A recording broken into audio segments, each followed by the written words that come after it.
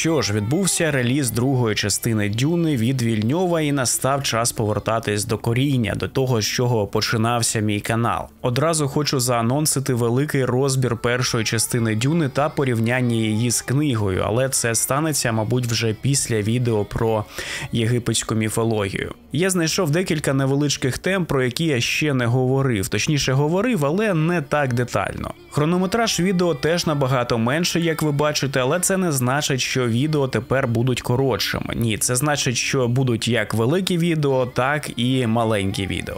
Я так зробив, тому що, така вже політика YouTube. Не можна робити довгі перерви, бо це дійсно впливає на перегляди та на ранжування вашого каналу серед інших каналів вашої країни. Щодо спойлерів у цьому відео, їх не те, що буде багато, але вони будуть. Тож будьте готові почути таке, що ви, можливо, не хотіли б почути. Щодо спойлерів до другої частини фільму, то вони, мабуть, теж будуть, тому йдіть, дивіться другу частину в кінотеатрі, повертайтеся до мене та розширюйте свої пізнання у тому, що там взагалі відбувається.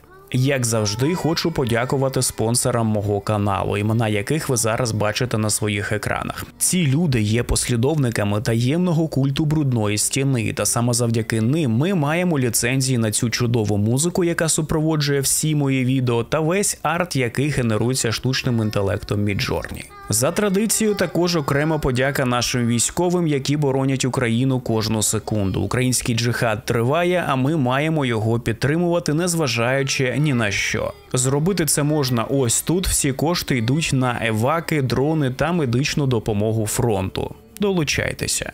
На цьому з інтро все, всім приємного перегляду та поїхали.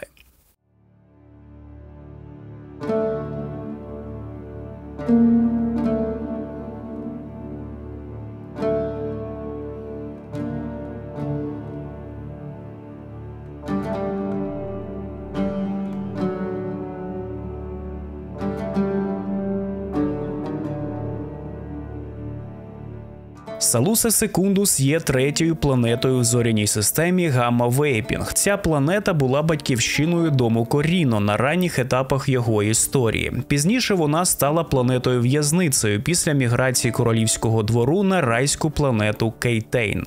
Салуса Секундус – це доволі суворе місце, де багато диких звірів, екстремальні температури та складний рельєф. Відомо, що це одна з двох планет у Всесвіті, де може рости шигадріт. Шигадріт – це така дивна металева лоза, з якої виготовляли котушки для передачі повідомлень. Шигадріт завдяки своїй міцності також міг використовуватися як гарота. Саме цю її якість використовували сардаукари, про яких ми поговоримо далі. Гарота, якщо хтось не знає, це такий дріт для того, щоб душити людей.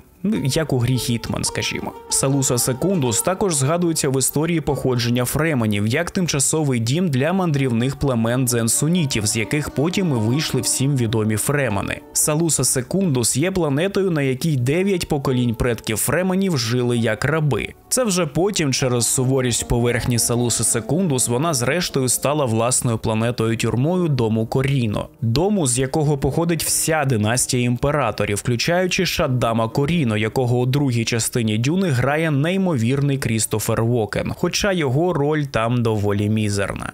Ті, хто порушив імперський закон та яких було визнано винними, були засуджені до ув'язнення. Багато хто в імперії підозрював, що жорстокість цього світу відповідальна за суворість сардаукарських військ. Це була теорія, яку активно підтримували генерали Атрідів, мовляв, саме середовище планети спричинило формування цих лютих загартованих людей. Хоча, на мою думку, лють та суворість сардаукарів формували саме їхні командири, а не те, якою є погода за вікном. З іншого боку, ця теорія має сенс, якщо згадати стійкість та бойові здібності самих фременів на Аракісі. Тобто атмосфера планети впливає на еволюцію певних здібностей з часом, але бойові здібності, на мою думку, формуються саме війнами та битвами. До речі, до часів Муад'Діба жителям Всесвіту Дюни було дуже мало відомо про клімат Салуси, бо вона, так би мовити, була прихованою імператором від зайвих очей.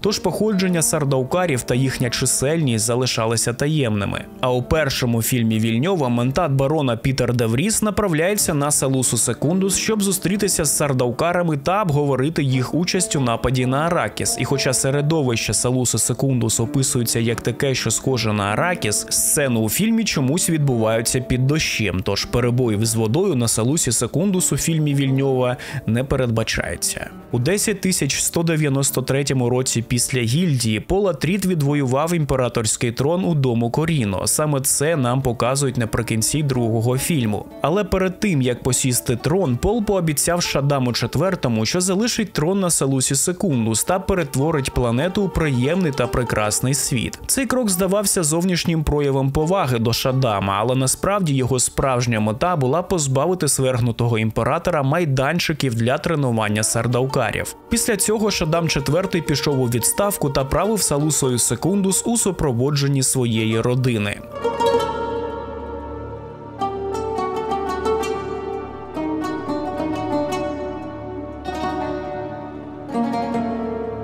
Граф Гасемір Фенрінг був відомим убивцею та ментатом, який був одним із найсмертоносніших бійців в імперії Коріно. Фенрінг також був генетичним євнухом та невдалим квідзац-хадерахом. Також Фенрінг був найближчим другом імператора Шаддама IV. Вони дружили, можна сказати, ще тоді, коли імператор був юнаком. Серед імперських обов'язків, що виконував Фенрінг, була роль агента на Аракісі під час режиму правління Харконненів і пізніше на Каладані. Фенрінг намагався звільнити Шаддама від підозр до нього після битви на Аракісі. Це коштувало імператору більше $1 мільярда солярісів хабарями. Це були хабарі у вигляді спайсу, рабинь, королівських привілеїв і так далі. У другому фільмі можна побачити дружину графа Фенрінга Марго, яка зваблює на барона Гарконнена, щоб зрозуміти його здібності як можливого наступника дому Гарконненів. Її посилає туди імператор, який завжди діє на 2 кроки вперед. У 10193 році після гільдії Фенрінг відмовився виконати наказ Шаддама щодо вбивства Пола Атріда та пішов з ним у вигнання на Салусу Секундус,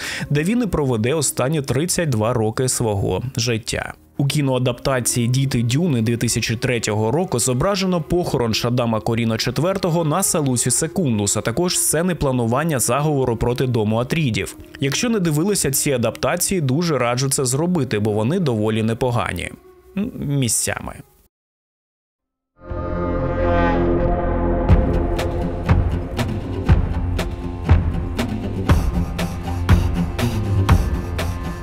Сардаукари були елітною військовою силою падишах імператора, які пізніше будуть передані Фарадом Коріно, тобто онуком Шаддама IV, під командування Лето Атріду II, другому сину Пола Атріда Тачані. Перший син Пола Тачані, на жаль, помре, і, скоріш за все, нам це покажуть у третьому фільмі Вільньова, який вже війшов у стадію препродакшена. Сардаукарів боялися у всьому відомому всесвіті за їхні чудові бойові здібності та абсолютну жорстокість. Як я й казав вище, члени армії сардаукарів виховувалися з юних років у дуже неприємному природному середовищі. Майже половина хлопчиків, а точніше 6 із кожних 13, помирали у віці до 11 років. Інтенсивне навчання давало їм чудові здібності до фехтування та шпигунства, а релігійна пропаганда прищепила їм неймовірний запал та відсутність страху смерті. Це додало їм містичності та зробило їх ще більш лояльними до імператорського дому. Бойові здібності сардаукарів були відомі у всій старій імперії, хоча майже ніхто не бачив сардаукарів на власні очі,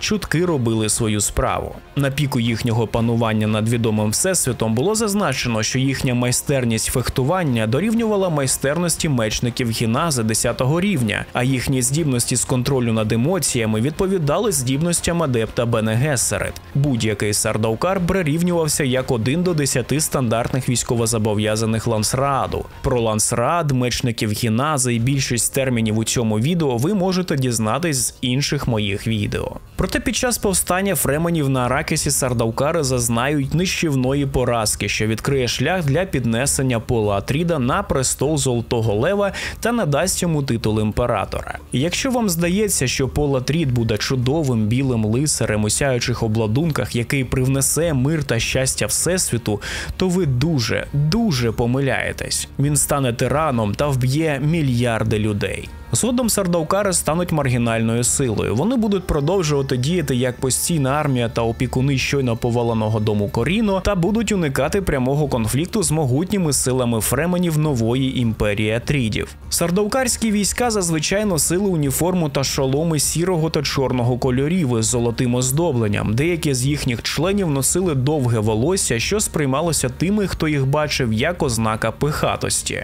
У ближньому рукопашному бою, якщо вони опинялися в оточенні, вони групувалися в тріо та приймали трикутну бойову стійку спинами один до одного. Вони носили на собі таємну зброю, яка була винахідливо прихована, наприклад, як шига дріту волосся або штучні пальці на нозі, в яких була вставлена маленька отруйна голка. Так, це вам не якийсь там Еціо Аудиторі де Фіренце, тут все доволі серйозно. Сардаукари також були експертами в таємних операціях, їм вдавалося ховатися серед груп інших людей протягом тривалого часу, перш ніж вони завдавали точкового удару. Під час атаки Харконненів на планету Аракіс, яку нам так яскраво показали у першому фільмі, імператор Шадам IV надав війська сардаукарів на допомогу Харконненам, щоб знищити дім Атрідів. Хоча при цьому імператор дуже поважав Лето Старшого. Проте, незважаючи на те, що сили сардаукарів були замасковані в обладунки Харконненів, Атрідам вдалося впізнати їх за їхнім бойовим стилем і часто схожими на яструба рисами.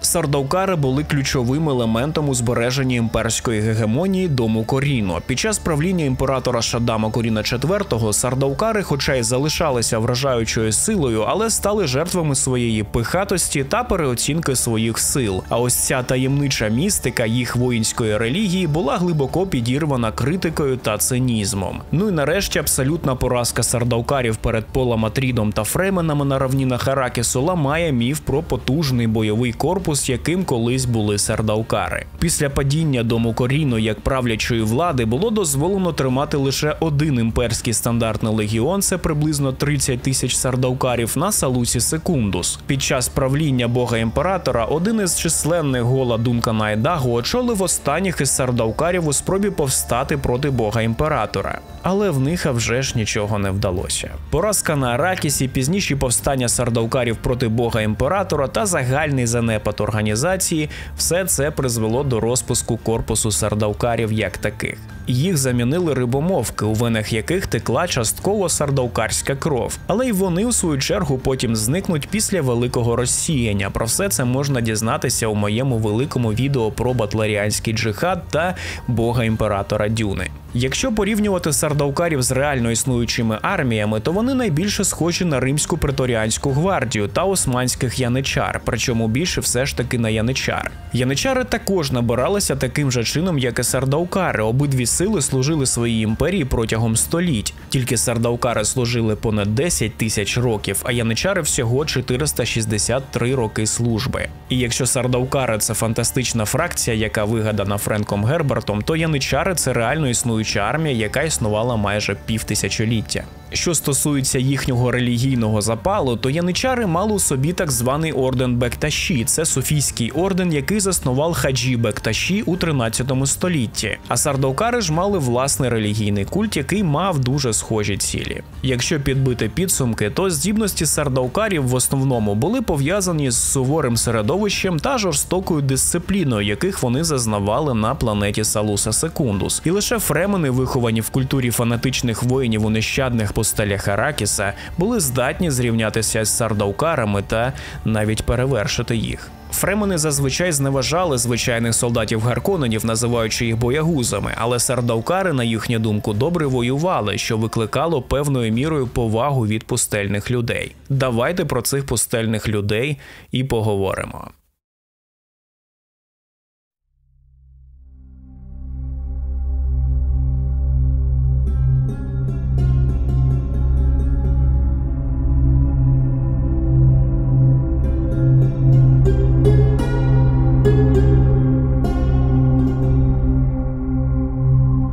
Фремени були субкультурою людей, що походять від мандрівних племен дзен-сунітів. Фремени вважали планету Аракіс своїм домом та були невід'ємною частиною створення імперії Атрідів і подальшого джихаду Муеддіба. Незважаючи на їх гостре розуміння усної історії, яка передавалася від старших поколінь фременів молодшим, їхня історія до прибуття на Аракіс була спотворена і частково втрачена протягом тисячоліть. Зрештою, фремени прийшли до висновку, що Аракіс був кінцевою зупинкою міграції дзен-сунітів, яка, як вони помилково вважали, почалася на планеті Порітрін. Дзен-суніти – це послідовники розкольницької секти, що відійшла від учень Маомета, так званого третього Мохаммеда. Це сталося близько 1381 року до гільдії. Дзен-суніти були предками фременів, які мандрували з одного світу в інший у пошуках свободи від переслідувань і поневолення з боку імперських рейдерів. Ця довга подорож була відома під загальною назвою «Блукання дзен-сунітів». Відповідно до деяких історичних розповідей, предки фременів прибули на Аракіс з багатьох різних планет, а не тільки з Поритрину, як вважалося ними самими. Хоча значна частина історії мандрівних дзен-сунітів була втрачена для фременів, деяка інформація зберіглась завдяки усній традиції. Однак ще до появи прозорливого Пола Атріда багато людей висловлювали сумніви щодо достовірності історії про походження фременів. Ну а після появи Пола він вже ж зміг зазирнути у минуле, майбутнє та розповісти все, як було. Нілотік Аль-Уруба, ймовірно, була початковою батьківщиною дзен-сунітів. Це місцевість, яка існувала на Старій Землі та яка охоплювала території Єгипту, долини Нілу та, можливо, деяких додаткових територій Північної Африки та Близького Сходу. Слово «нілотик» відноситься до річки Ніл, а Аль-Уруба буквально перекладається як «арабський», отже, словосполучення можна перекласти приблизно як «арабський регіон Нілу».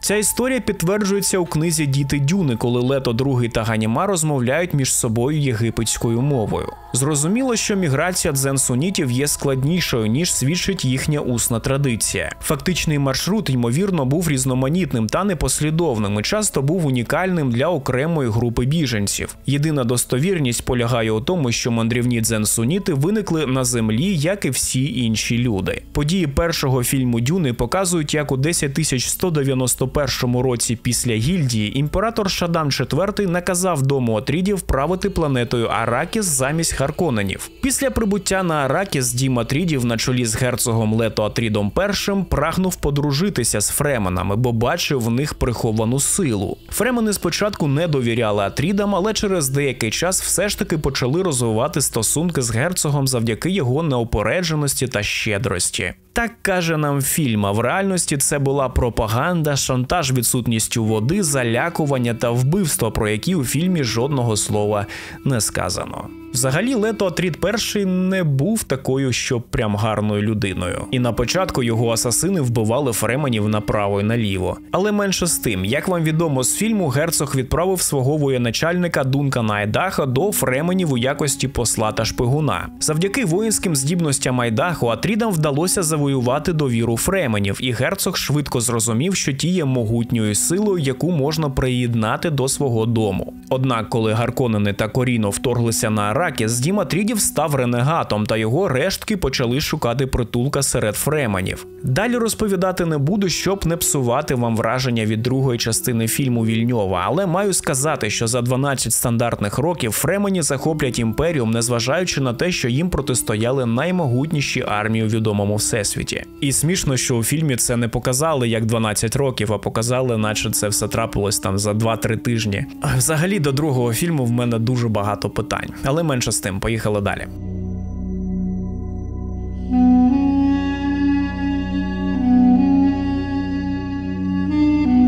Для фременів боротьба за виживання довго домінувала в їхній культурній ідентичності. Жорстке середовище Аракіса вимагало економного використання енергії та ресурсів, особливо води. Крім того, їхня історія з геноцидом та переслідуваннями вимагала потреби в бойових знаннях. Завдяки цим двом аспектам вони постали ефективними та витривалими воїнами, які використовували свої навички та середовище Аракіса, щоб відбиватися від супротивників з іншого світу, які часто володіли набагато кращими технологіями та зброєю. Фремени зазвичай жили патріархальними колективами, відомими як січі. Кожен січ очолює так званий наїб, слово якого є закон. Кожен січ знаходиться в одному з численних скелястих утворень, якими всіяні піски Аракіса. Мати багато дружин – це звичайне явище у суспільстві фременів. Фременські чоловіки, які мали авторитет та силу, мали по кілька дружин і дітей від кожної з них. Також невід'ємною частиною їхнього суспільства була одна єдина привелебна мати, яку створювали під час ритуалу з пиття води життя. Під час цієї процедури привелебна мати змінювала воду життя всередині себе та потім ділилася нею з членами всього січчю. Фременська система правосуддя спирається на так званий амталь або ритуальний поєдинок.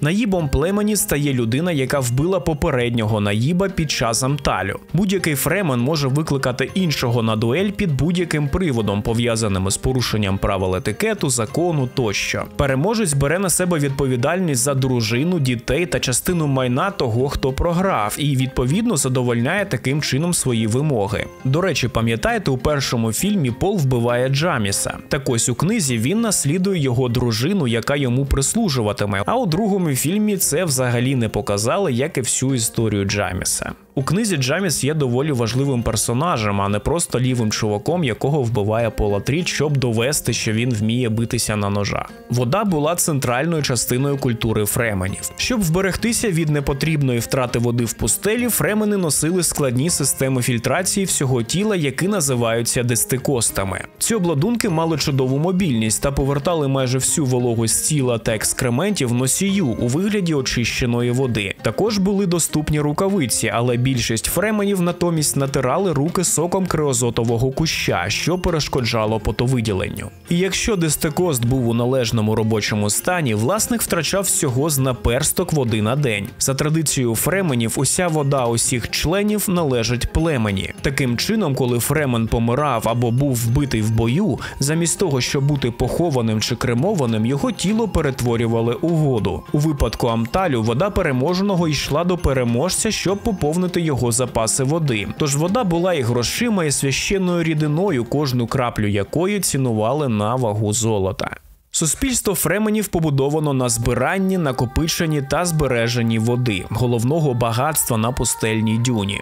Волога збирається з атмосфери за допомогою вітряних пасток. Зібрана вода поміщається у спеціальні підземні сховища. Воду також можна отримати шляхом переробки трупів людей та тварин. Фремен, який виявив труп або спричинив смерть тварини чи людини, отримує водяні кільця у кількості пропорційній обсягу утриманої води. Водяні кільця – це такі металеві жетони, що містять всередині воду, отриману від померлого через дистилятор. Ці кільця взагалі є чимось на кшталт золотих запасів сьогодення. Крім того, вони використовуються у деяких фременських ритуалах. Вода та кільця фременських жінок, вбитих як внутрішнім, так і зовнішнім ворогом, передавалися привелебній матері племені, яка надавала особливе благословення Шайхулуда тим, хто віддавав свою воду. Кільця мали високу соціальну значимість у фременському суспільстві. Під час одруження, наприклад, наречений віддавав свої водяні кільця нареченій, яка згодом могла носити їх як сережки або найчастіше як прикрасу для волосся. Після смерті власника водяних кілець вони поверталися в резервуар племені.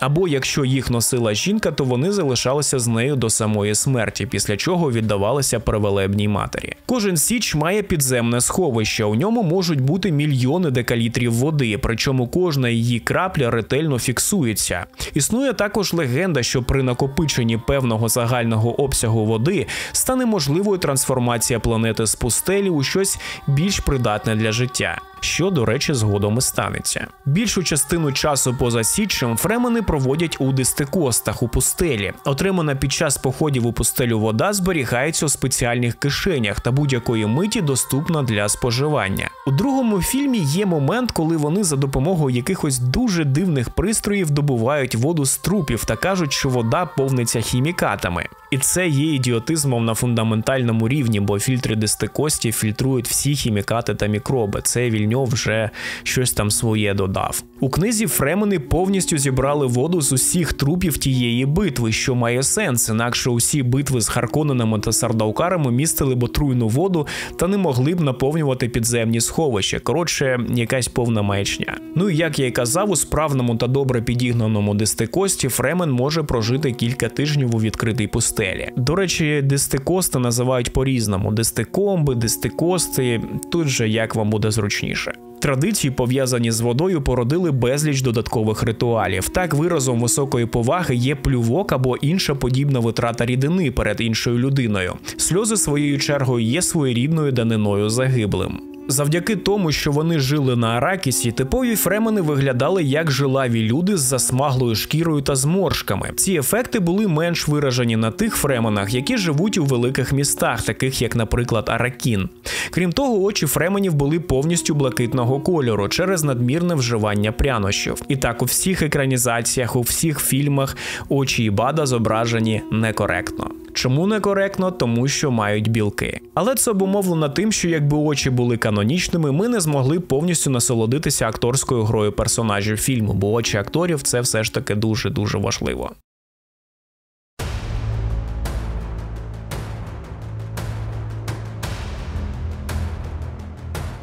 Федайкіни – це такі воїни-смертники з числа найбільш вмілих фременів. Вони були найбільш вірними послідовниками та охоронцями пола Муаддіба за часів боротьби проти гарконенів. Саме федайкіни становили кістяк атакуючих військ у битві проти гарконенів та Шаддама IV в Аракіні. Дуже кльово показала цю битву у другій частині, я прям був у захваті. У роки правління імператора Пола Атріда федайкіни користувалися при дворі високим авторитетом і виконували відповідальні доручення нового тирана. Деякі федайкіни, наприклад, Отейм та Фарук, командували військовими підрозділами під час джихаду Муаддіба. Однак після того, як Пол буде осліплений під час одного, не буду казати якого інциденту, та піде у пустелі Аракісу, доля федайкінів похитнеться, та у 10210 році після гільдії Алія Атрід остаточно розпустить федайкінів. Що стосується прототипів федайкінів, то, скоріш за все, Френк Герберт використовував термін «фідаїв». Це такий термін, який позначав членів низки революційних бойових партій, учасників національно-визвольних рухів та терористичних організацій. У первинній формі слово використовували асасини.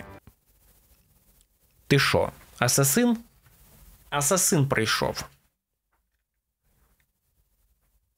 Ти асасин?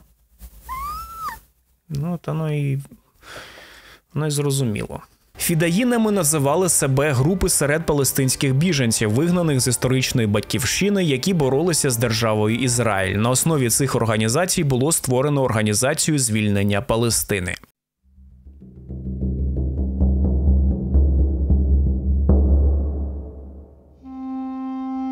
У релігійному відношенні фремени були глибоко віруючими людьми аж до марновірства. До приходу Муаддіба фремени з Аракісу сповідували іншу релігію, коріння якої йшло від Маомед Саарі та було видно будь-якому вченому. Маомед Саарі – це одна з численних релігійних груп, які зробили внесок у вже відому вам з моїх інших відео помаранчеву католицьку Біблію. У багатьох релігійних культах фременів також простежуються значні запозичення з інших релігій. Найпоширенішим прикладом був гімн до води, пряма копія з помаранчевого католицького літургійного посібника, який закликав до дощових хмар, яких Аракіс ніколи не бачив. Протягом століть фремени адаптували суміш віри дзен-сунітів до свого пустельного середовища та прийняли піщаного хробака Аракіса як фізичний прояв Бога. Тож так, для фременів Шайхулут – це буквально Бог, якого можна фізично викликати та на якому можна буде навіть їздити верхи. В поєднанні з обмеженими природними ресурсами на Аракісі це призвело до того, що прянощі стали невід'ємною частиною їхнього раціону та культури. А для деяких людей, таких як Пол Атрід, прянощі надавали можливість передбачення. Також, як і в багатьох містичних релігіях, віра фременів значною мірою покладалася на пророцтва. Ці переконання використовували деякі інші сили, в тому числі відомі вам Бене Гессерет. Вони це робили для досягнення власних цілей. Тобто, по суті, це релігійна пропаганда, яка підготовлювала почву та розум слабких людей, на яких буде легше впливати культу після прибуття на ту чи іншу планету. Але навіть фремени, центральний народ всієї серії книг, не міг існувати вічно. Таймлайн Дюни дуже довгий, там настільки часто щось народжується та вмирає, що я сам вже збився з рахунку. Так що ж залишиться після фременів?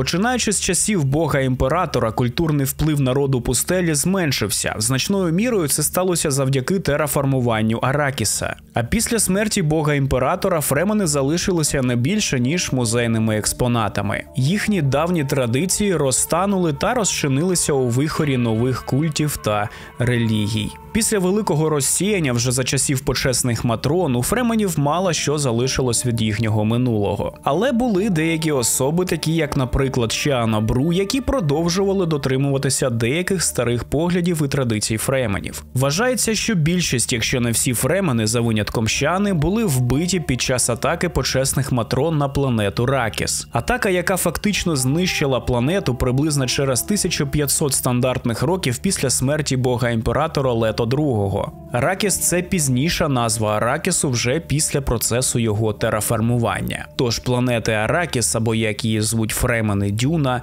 теж не стане. А ось ця Шіана – це така дівчина, яка могла впливати та контролювати піщаних хробаків вже після розсіяння. Бене Гесерет її забрали собі, бо хотіли, щоб вона допомогла їм розмножувати хробаків на капітулі.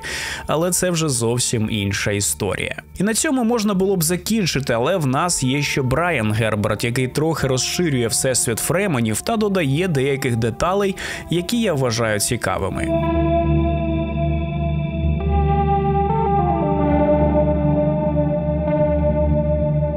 Згідно з Брайаном Гербертом, витоки фременів лежать у мандрівниках дзен-сунітів, як і у його батька.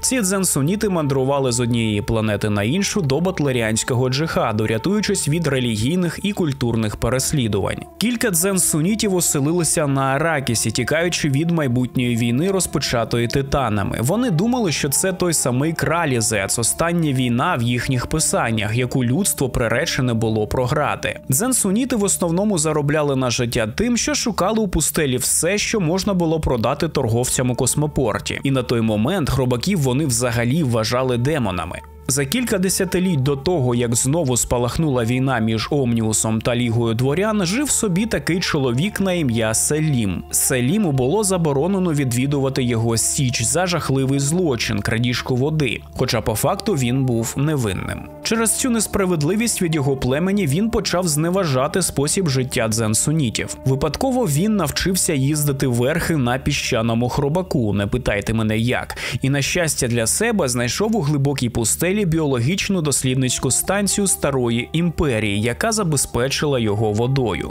З того моменту його ім'я перетворюється на Селім вершник хробаків. Він більше не вважав хробаків демонами, а навпаки бачив в хробаках того самого Шай-Хулуда, фізичну інкарнацію Бога. Далі, як і у будь-якій іншій релігії, він зібрав навколо себе безліч послідовників, які також віддавали перевагу більш духовно-аскетичному життю, яке сповідував сам Селім. І ви, мабуть, вже розумієте, чому я не вважаю всесвіт Брайана каноном, бо він звучить, на мою думку, доволі банально. Френк, хоча й не встиг наповнити всесвіт Дюни деталями, але надав нам матеріалів для фантазії, а тут все дуже просто та якось банально. З англійської вільні люди буквально перекладаються як free man. Пізніше це слово було скорочено до фременів, де подвійна англійська «і» стала одинарною та стала звучати як «е». Тож ніяких фріменів не існує. І, будь ласка, перестаньте писати це у коментарях, я вас благаю. І знову ж таки, я нагадаю, це інтерпретація Брайана Герберта, про яку його батько взагалі нічого не знав. У Френка Герберта вони з самого початку звалися фременами, навіть не маючи цієї передісторії свого формування від Брайана Герберта. Ось такі вони фремени. Ну а на сьогодні це все, друзі. Дякую, що додивилися до кінця. Новичкам всесвіту має сподобатися, а олди і так все знають. Зараз саме час щось написати, щось натиснути, бо саме таким чином ви підтримуєте український YouTube. А якщо ви хочете підтримати мене ще й фінансово, то ви можете це зробити, ставши спонсорами тут на каналі або на платформі Buy Me a Coffee. Посилання на сторінку ви бачите зараз на моїй пиці та в описі до цього відео. І не забувайте, що наш джихад проти росіян триває. Тож не забувайте донатити на ЗСУ та допомагати знищити послідовників вже іншого Владіміра, менш гладкого, але не менш підступного, ніж Харконен. Мирного вам неба, слава Україні та смерть російським окупантам. Peace.